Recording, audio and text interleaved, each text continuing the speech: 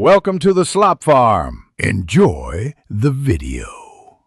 You start after sign-in. This saves time and avoids account errors. Once signed in, physically reveal or scan the card code. Scratch gently so you don't damage characters. Open the App Store or Play Store and tap your profile icon to find Redeem. Do this now because the store links the code to your account immediately. If you pause, another account could claim the value. Make sure Wi-Fi or cellular data is active, since the redemption communicates with the store servers. You'll either scan the code with your camera or enter it manually. The camera is faster, but manual entry prevents misreads when scratched.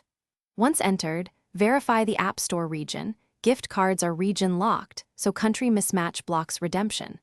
After confirmation, the system applies the balance to your account immediately. Any partial purchases draw from it first.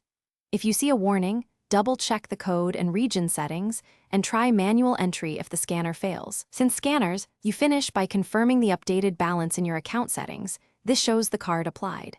Then use the balance for apps, subscriptions, or in-app purchases. Note that gift cards are non-refundable and cannot be converted to cash. Once done, make sure automatic payments will draw from this balance when appropriate.